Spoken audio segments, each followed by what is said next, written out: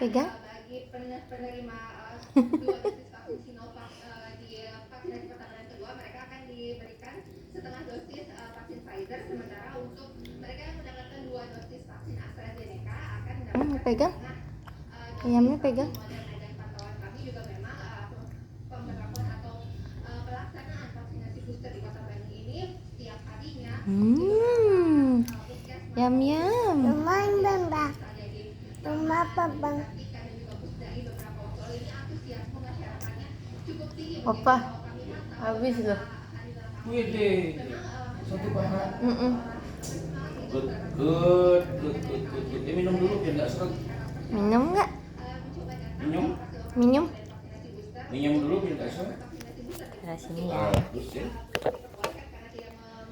Roketin. Dan informasi yang kami dapatkan dari sejumlah puskesmas yang ada di Kota Bandung juga rata-rata ini dalam satu hari puskesmas ini menyediakan sekitar 50 sampai 100 dosis vaksin yang akan diberikan kepada warga yang sudah mendaftar atau memenuhi sejumlah persyaratan tadi.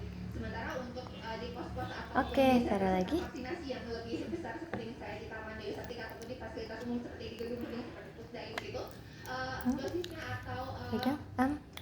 ya betul, dosisnya ini masih lebih tinggi, gitu. Bukan hanya 100 dosis yang disiapkan, namun bisa mencapai hampir 800 dosis dalam waktu beberapa hari. Ya, Nita. Artinya Anda sejauh ini memantau tidak ada kendala begitu mengenai ketersediaan vaksin dengan antusiasme keluarga yang datang?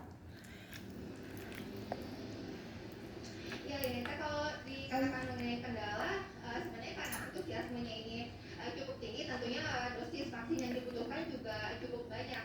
Namun memang untuk Oke deh. vaksinasi booster ini Dinas Kesehatan Sudah? mengaku bahwa mereka biasanya melakukan atau meminta